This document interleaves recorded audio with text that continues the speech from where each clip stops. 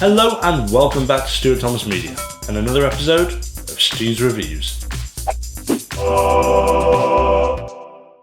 Before we begin, if you find this video any help at all to you whatsoever, don't forget to head down to that like button and hit subscribe because it really helps me.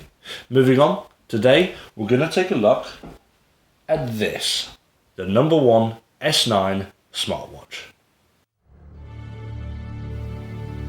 This smartwatch is designed with a classic appearance in mind, although most definitely not real leather, with physical buttons, a heart rate monitor and a fully round display.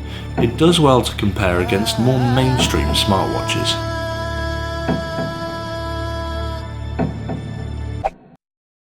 So it has a classic watch type appearance, and I'm a real fan of this. I think that smartwatches should look and feel very similar to normal watches of the past.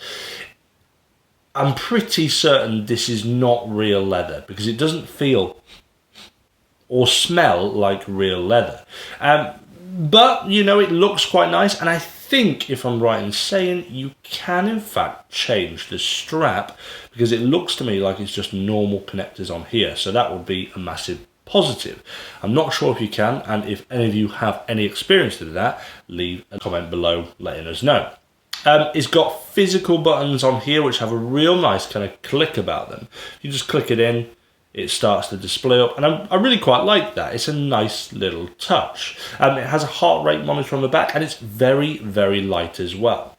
Now, one thing that is a bit weird in terms of the style, most smartwatches charge via like a magnetic sort of port on the bottom. This one doesn't. It is in the most fiddly place possible. I'll show you now. Now, the charging port is here, and this is a nightmare to get into, so you have to kind of get your nail in there and pull it out, and that just feels a bit fiddly. And you know, you're probably going to charge this every maybe 1 or 2 days, so doing that every single day, how long will this bit of rubber last?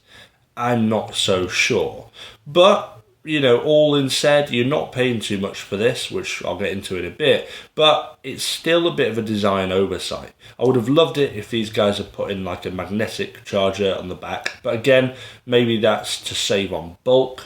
I'm not sure. I'm just not a fan of it. Now, another thing on the style as well is the watch faces. Let's take a close look at that. So the watch faces. Now this one you can see here is one I've installed myself, and I'll talk more about that in a bit. But let's take a look at the preset watch faces as part of the style. So we've got this one here, which is ugly. We've got that one there, which is ugly. I mean, what is that? That's just awful. What else we got? Jesus Christ. Whoever designed these needs to be shot. Anyway, this is one I've installed myself from the interwebs, and again, I'll get onto that in a bit. Lastly, for style, I believe it comes in 2 different colours. It comes in silver and black with a metal strap as well.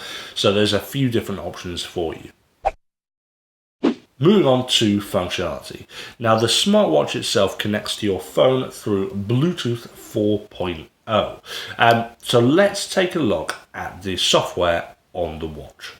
All you do to access the apps and the software of the phone is swipe on the watch face. So you swipe and you can get access to the different apps. And you can see there it's actually quite responsive and quite snappy. The screen feels nice and the responsiveness feels nice as well. And there's quite a good amount of colour on the screen too. Now, in terms of the features, you've got things like dialer, SMS, contacts, call logs, all of which can connect to your phone.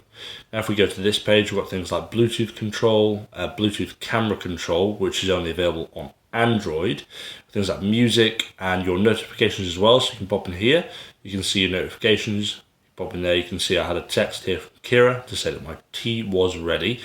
To go back, we swipe, and then we can have a look at some more settings. But to be honest, it's got a good core feature base. So we've got things like alarm, calendar, stopwatch, calculator, pedometer, heart rate. You know, There are some great features on here, all of which you would expect from a standard sort of smartwatch or fitness tracker. Now, the issue here, though, is that some of these aren't necessarily super refined. Things like the pedometer. It's a massive flaw when I have to tell you actually have to start the pedometer.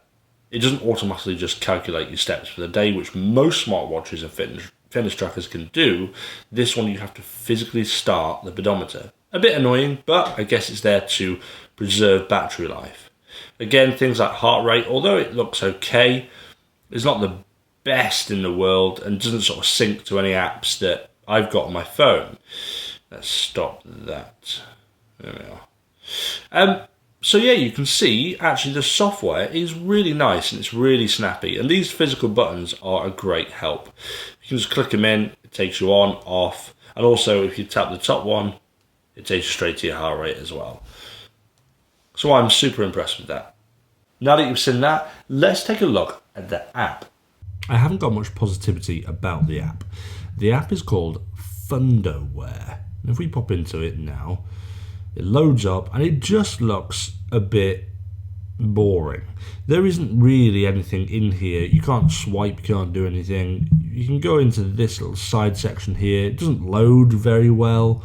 You can see the history of your heart rate. But again, it just doesn't seem to sync very... So the app seems to be very miserable. It does an okay job, but to be honest, I've seen better. Now, one last thing. In terms of the functionality of it, you generally get a little bit more if you own an Android device. It works with both iPhone and Android, but the big problem is only on Android can you install apps and other watch faces. And as you've seen, the watch faces that are stock on here are absolutely miserable. They look like they've been drawn by a child or someone with no head. Really, really miserable. But moving on, if you want to get the most out of it, an Android device is definite. If you've got both an Android and an iOS device, so for me I have an Android tablet and an iOS phone, that's quite handy because I use the phone on a day-to-day basis. That's how I get my notifications. But when I want to install new watch faces, all I have to do is connect to the tablet and I can install faces directly from there. So that is handy. But it's certainly something to consider when buying this, whether or not you've got an iPhone or an Android, and whether or not you're okay with the miserable watch faces that come on it. How much does it cost? Well, it costs around $40, which is about 30 quid. So that is actually a really good price for it. I'll talk more about that in the conclusion in just a second. Guys, I'll leave a link below where you can find it. This time, this one's from GearBest, so you can check it out yourselves at the link below. What do I think of it overall? Well, the charging is a pain in the arse. It's ugly, it's messy, and it's difficult to get to. The app is about as useless as a loaf of bread. But setting those points aside, I was actually pleasantly surprised by it. It looks really nice, it's really light, and it functions very well. The software itself is quite snappy. Okay, not all the functions are tip-top quality, but you're only paying 30 quid for it. So really, you can't go wrong.